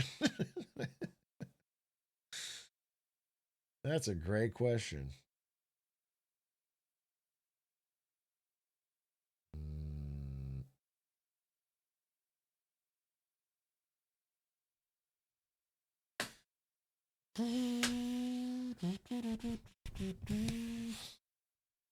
How much dedicated RAM is needed for a baby? Hey, if you're Gen Z, were you old enough to see that you wouldn't download a car intros on every DVD? Or was that, when did that stop?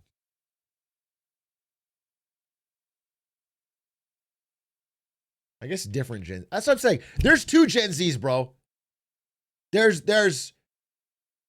like pre and post 9/11 Gen Z, and they're just different people. They're just different. They're not even the same people at all. Maybe not 9/11. It's like 2004, really. 2004 Zoomer is like a different fucking person.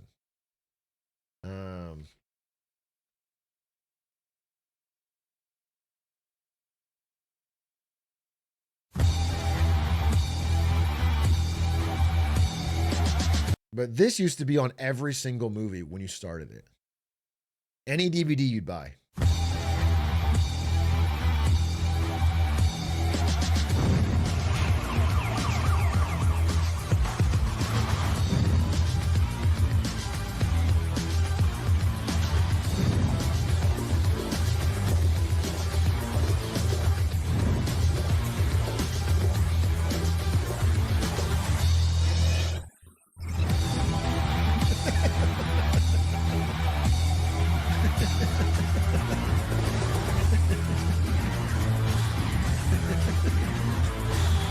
This fucking download keeps going up and down, by the way.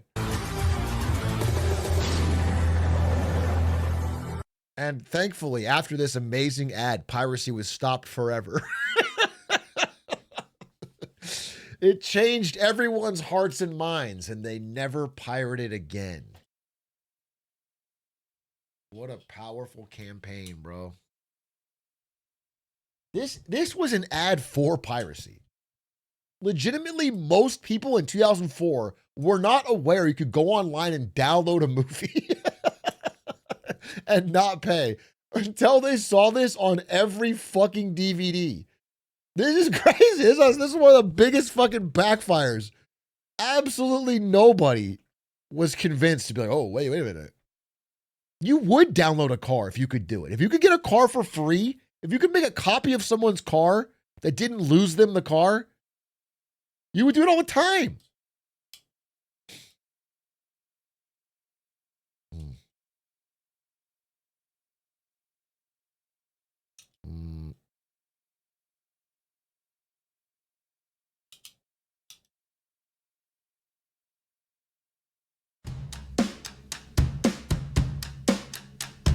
This is the Asian version of that?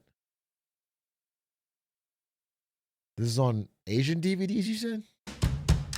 Why should we buy the gold disc original and not the purple disc DVD-R? 为何要购买原装光碟、金碟，而不是刻录版光碟、紫碟？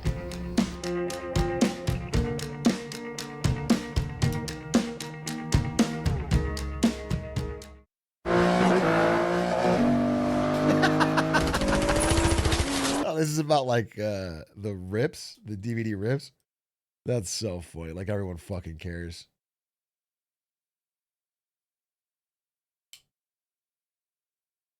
If you, it's the same fucking disc too, dude.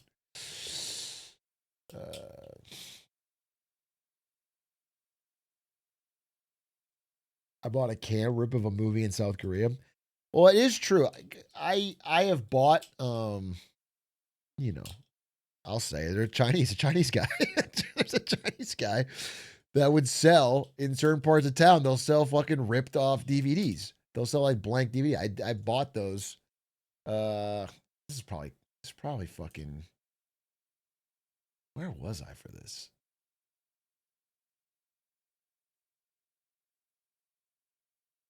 This was like.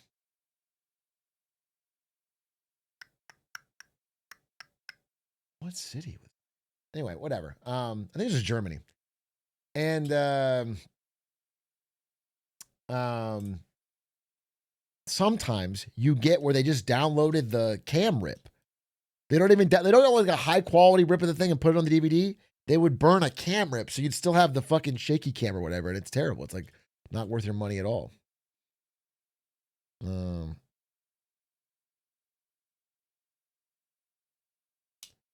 There's a UK version.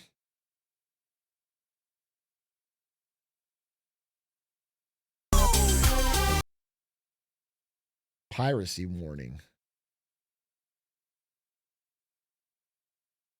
Better ad. They should have just said, "We will shoot you to death if you download a movie." That's better. Better. It'd be more intimidating. Oh, speaking of movies, wait. Okay, now I gotta just rant. I like the Now You See Me franchise. It's unpopular take. I like it. I like magicians doing goofy stuff. It's a little, it's over the top. It's clearly not actual magic. It's, there's a great video about how, are they wizards or what? It's great. The third movie in that franchise, I just watched it today, is one of the worst movies I've ever seen. It's one of the worst movies I've ever seen. Top to bottom, it is truly trash. Now You See Me, Now You Don't. It is a bad movie. I needed it to be good. You're hurting my feelings. Yeah, I'm sorry. It was awful.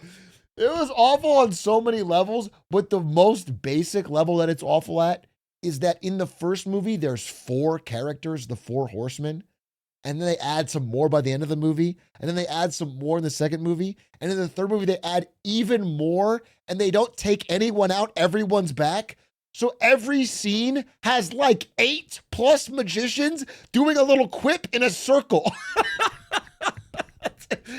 8 fucking magicians all have to do one little quip. Something happens and they go around the room and they all go, oh, that's pull a rabbit out of that hat. They all just say something. It's disgusting. Every scene is ground to a fucking halt because they all have to do Marvel dialogue in a circle around everything. They filled the entire middle third of the movie with a fucking nothing burger House of Magic. Well, they just that's so stupid. Actually, every scene of the movie is stupid. Every scene of the movie is stupid. That 70s wizard show. All of their plans make no sense, but then still have like this. They have all the tropes of like a heist movie where like they roll out a blueprint and go, we have to do this. Let's plan it out. At first, you'll get the guards and then you'll get the thing. But then live, they just fucking wing it based on things they couldn't possibly have predicted. It's just them winging it. Like at one point, he's like, all right, we need a distraction. So he fucking steals a Formula One car and races away from Dubai's speeding police cars. And he's like, well, there's no way I'll get caught. He's never driven before. He's never driven Formula One, never driven a car, has no driving experience. But he's like, I'll make an escape. So he gets in that, right? But then after the escape, after, the plan's over, they always flash back and play the music and explain it like it was the most brilliant plan of all time. All of their plans are astronomically expensive and require a crew of people working round the clock, but they make it in like a day with fucking, making quips. It doesn't make any sense. Like, it's so stupid. There's one part that really fucking pissed me off where they're running from some cops. I wish I had this scene to show you. They're running away from some cops on a rooftop. And they burst out onto the roof, and then there's a helicopter waiting for them. And they go, all right, we're getting the helicopter. And they jump in the helicopter, and the cops are behind them, and the helicopter lights flash, and it's like it disappears. Okay? And then the cops are like, oh, where'd the helicopter go? And they walk up, and then the scene changes. By the way, it was obviously a real helicopter and when they shot the film. But the scene changes, and now there's a cardboard cutout of a helicopter lying on the floor of the roof. Like there was a fake cardboard helicopter. It's so fucking stupid. And then it cuts to them like riding away on a zip line from the rooftop that they had set up already. And they're like, we sure fooled them. But it's like the cops could have just looked down the roof and saw you on the zip line. Like, if that was your plan, just jump on the zip line to begin with and don't set up a cardboard cutout of a helicopter. It's so stupid. It's so comically stupid at every stage of the movie. However, it's that dumb that I did enjoy it, so I can't.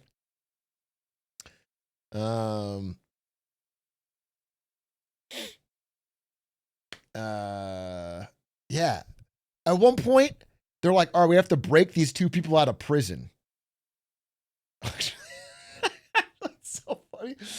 Okay, so throughout the movie, whenever anyone is captured by the police, they go, we got to break them out, and we'll use our magic to get them. That's fine. Okay, they're magicians. They don't fear the police.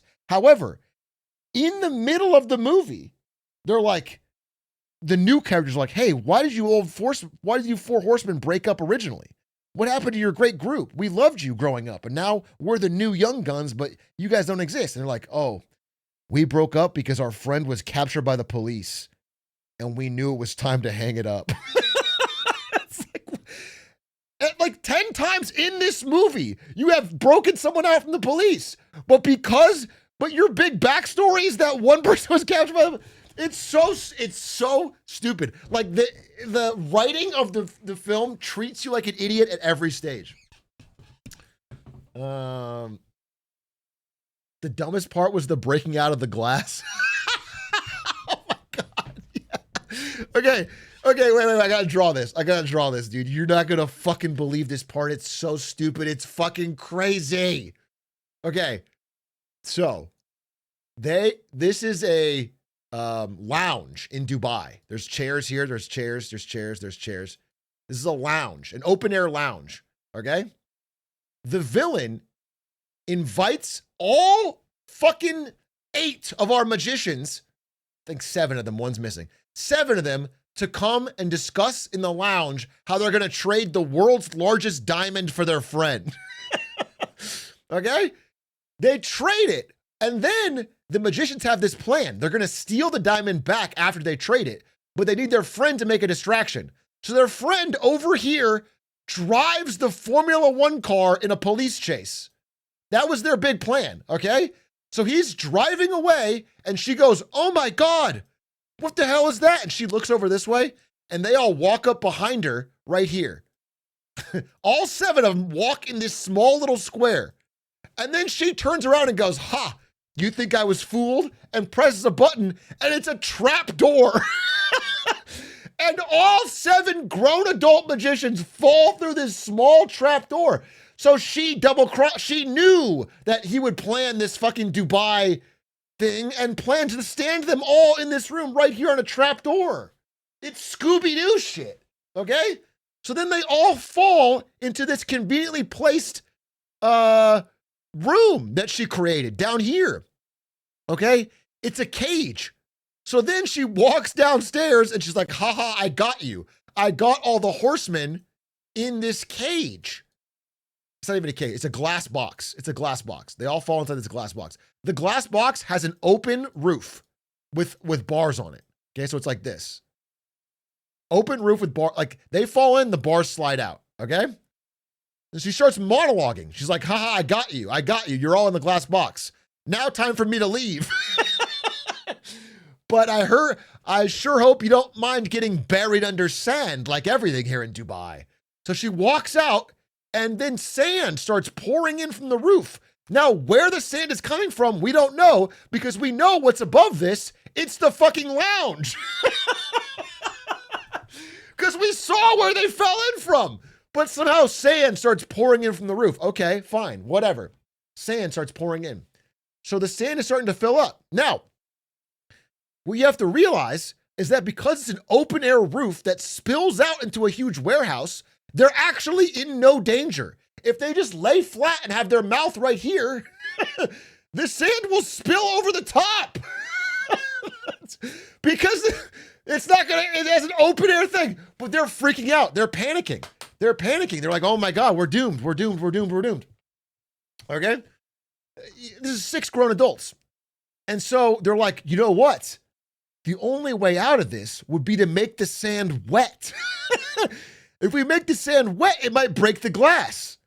Okay, that's all right. I'm sure that there could be some truth to that. So the guy somehow gets acrobatic up here, throws a belt around a water pipe that just happens to be right here. Why the fuck is a water pipe here? I don't know. There's the sand pipe and there's a water pipe. He cracks open the water pipe and now they're about to drown. Now there's water rushing in and it's about to fill up with water. Like they're in no, again, the sand, by the way, is obviously CGI. So every shot, they're never actually near the sand. It's like you see the character talking and then it cuts to a pile of sand in the room. And they're like, whoa, that sand's getting bigger. And then it cuts back to the character. But they're never actually in a room with sand. Okay? And then, but then the water comes in. And once the water comes in, if you watch the movie, they just stop showing the sand. The whole plan about water and sand mixing is completely forgotten about. They only show the water. And now the water's filling up and they're like, oh my God, we're going to drown. And then the water fills up to the top. By the way, it's still an open air top, so the water will spill out. If you just put your mouth on the surface, the water will spill out, but they don't talk about that. They ignore that. And they're in here about to drown. And she goes, wait a minute, my ring is diamond. I can hold my breath for 8 minutes because I'm an expert, even though the water hasn't even reached the top yet. So you could just get a breath, come down, get a breath, come down. She goes down under the water and starts cutting against the glass with her diamond ring. And they're like, yeah, go, yeah.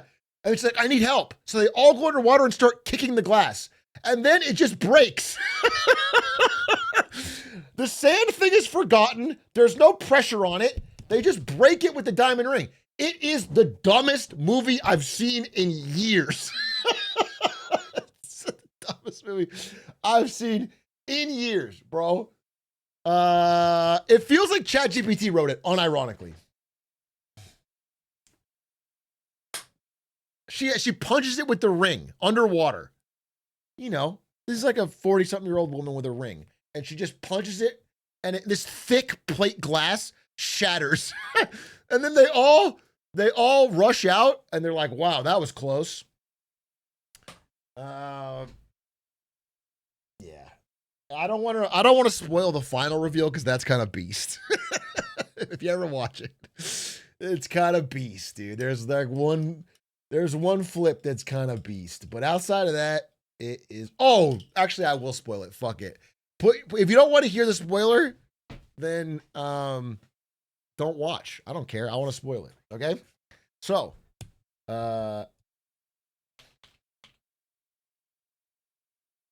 dude, just look at this fucking gargantuan cast. Okay. Can I get I need like a full-size photo of the cast. Of all 8 of them.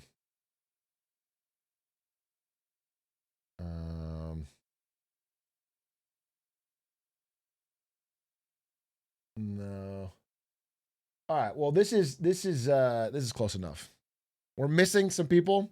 Like Morgan Freeman and the other girl are not here. And that would be the fucking full crew. But so this guy, and this girl are the new young guns. They're the Gen Z magicians. And this guy's always like, your generation doesn't understand magic. Okay? Your generation, when you guys talk about magic, you don't even fucking get it, all right? So these are the Gen Z magicians, and this is the 4 old horsemen from the original movie. There's also, because she got retconned out in the second movie, so they replaced her with a different girl in the second movie who's also in this movie. So she's back from movie 1, but also her replacement from movie 2 is also back. And they all have lines. They all have lines every fucking scene. Okay? Anyway, the Gen Z, so this guy right here, he over and over, like comically, in the first half of the movie, he's like, yeah, I'm really more of a behind the scenes guy. I'm a behind the scenes guy. I don't like to be in front with the magic because I'm a behind the scenes guy. And I'm like, that's going to be important later. Because they keep fucking saying it. They said it 100 fucking times. And yeah, he's like, I'm a behind the scenes guy. So this guy, because he's a behind the scenes guy, never meets the villain. Becomes a big important. They're constantly like taunting the villain or like doing magic to get the villain, but he's never there because he's a behind the scenes guy. The big reveal at the ending is that he is her secret half brother. Okay, the villain's half brother, who she thought she killed because her dad had sex with a fucking housemaid And so she thought she killed him because by the way, the villain of the movie needs to be said. I'm sorry, but it needs to be said. The villain of the movie is the incredible actress Rosamund Pike, playing a South African diamond baroness with a terrible accent.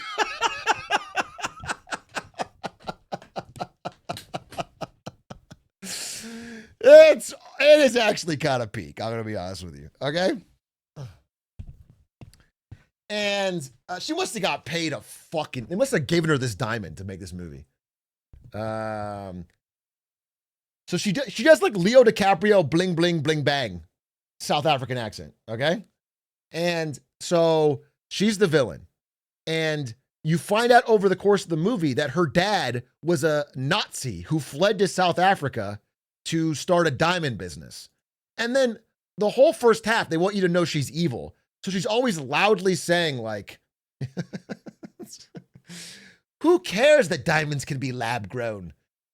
The real ones are better because they're made with blood. Okay.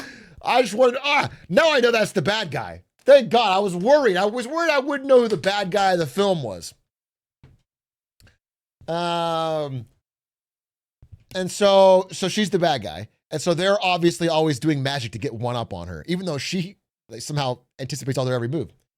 And she thought she murdered her housekeeper and the illegitimate child by cutting their brake line when she was a child.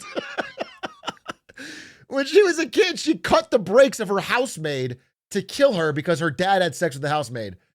And anyway, so you find out at the end that he is her illegitimate half-brother.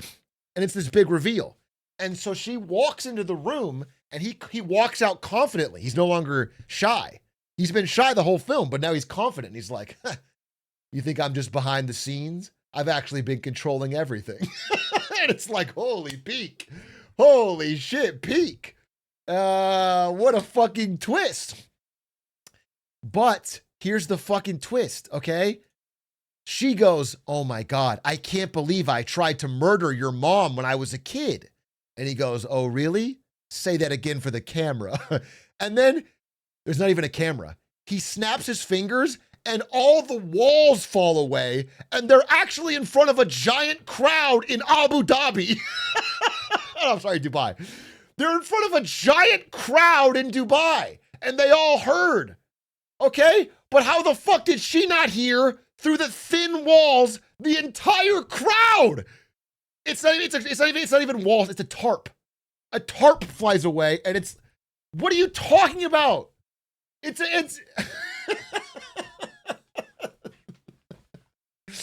a soundproof tarp. Noise cancellation technology. It's so silly, bro. It's so silly. She had no idea. By the way, the crowd is in a place she's already been. And in order to convince her to get there, they have this like incredibly fucking elaborate thing where they fake a sandstorm by using a truck, and then her Uber drives into a truck and she doesn't notice it. And they fake an elevator they built. It's so stupid. It's so stupid. Anyway, that's how they get her. They convince her to admit her crime in front of all of Dubai. By the way, not to get, too political here, but if an South African diamond baroness in Dubai announced a crime on stage, they don't immediately send cops to haul her off to jail. Okay? She'd probably be fine. I honestly don't know there'd be much of a reaction. I don't think the Dubai crowd is going to be like so insanely. But in the movie, the cops grab her by the arms and haul her off. They're like, ha ha, enjoy your time in jail. It's, what are we talking about?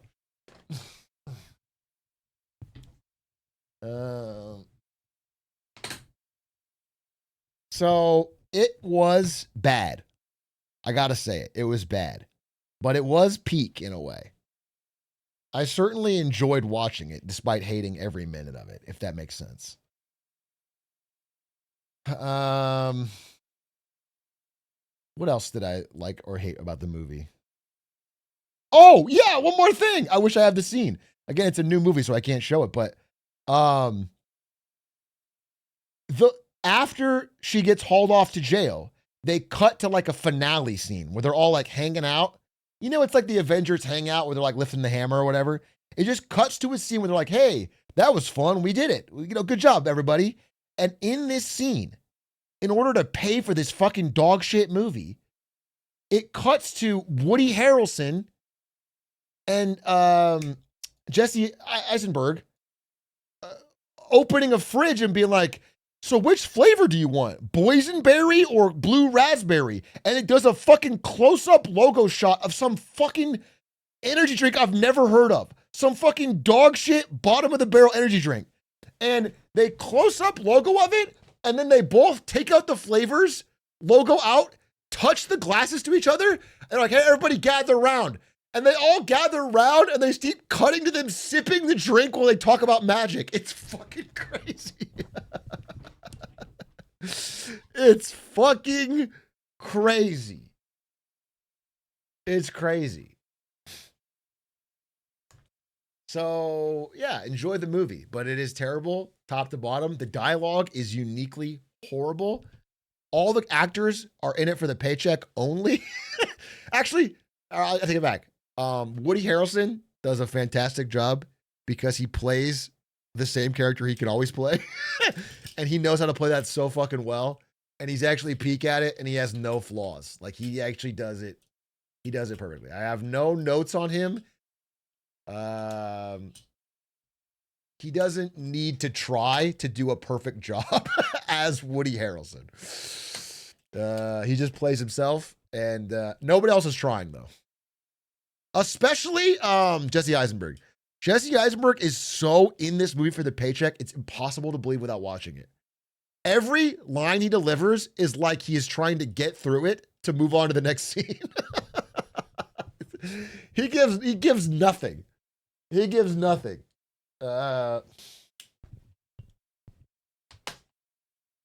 So, yeah. Also, Dave Franco. Listen, Dave Franco's a very handsome man. I'll say it. In this movie, it looks like he's been on a bender. I feel like he was fucking drunk the night before filming. It's like Colin Farrell in Minority Report, where he openly admitted he was doing cocaine the night before he filmed his scenes. Like, he looked horrible. Dave Franco looks fucking bleary-eyed in every shot in this movie. He looks like he's fucking...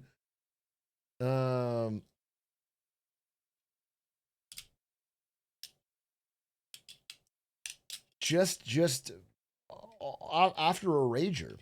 Have the actors commented on the movie? And they probably had to do press for it. And I'm assuming for the younger people, this is like a bigger deal. But yeah, I think they just did it for the paycheck, bro.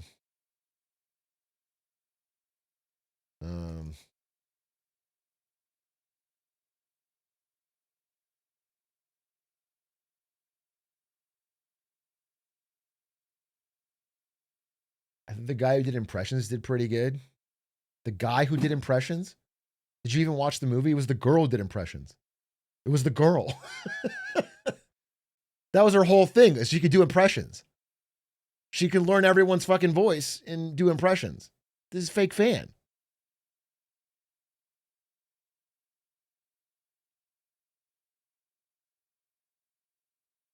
She did the fucking South African woman's impression. Yeah, she did the impression.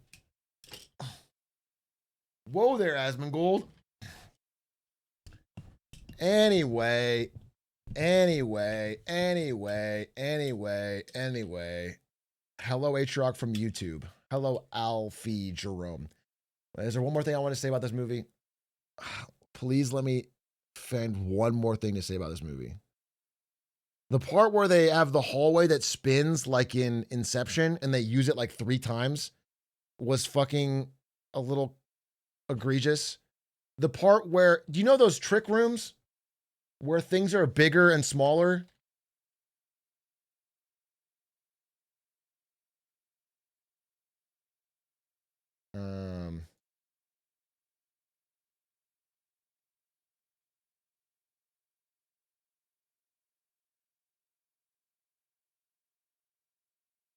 Like this. You ever seen a room like this? Where like it's the same size person, but because of the way the room is. So like they're in a mansion that just has one of these rooms, and then the cops are hunting them down, and they bring the cops into this room and then beat them in hand-to-hand combat because the room makes them appear different sizes. It's like, what? How can you suddenly beat up the cops because because there's perspective differences?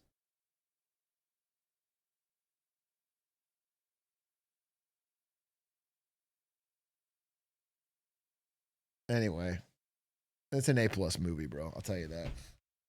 It does feel like ChatGPT. It would not surprise me if ChatGPT wrote this, because every scene is like, if you ask ChatGPT to write a movie about magicians. It does feel like that. Anyway, I have to end stream. I'm sorry. I gotta play a TFT game, first of all, and then I have to actually fucking work. I have to fucking write and record at least one of these scripts. I have to do it. So, thank you for watching. Appreciate you. I will be back tomorrow. And, yeah, I'm a little spotty until I get this shit done. But I am doing a big eclipse break in January. So we should be able to fucking go hog wild. I'm not scared to lose on stream. I'm not scared to lose on stream. I just, if I play one on stream and then I end, I'll play one off stream. Do you understand? I will end stream and then play one no matter what. So what I want to do is end stream and then play one. So I'm done, so I can actually be done. That's what I want to do. So thanks for watching. Goodbye!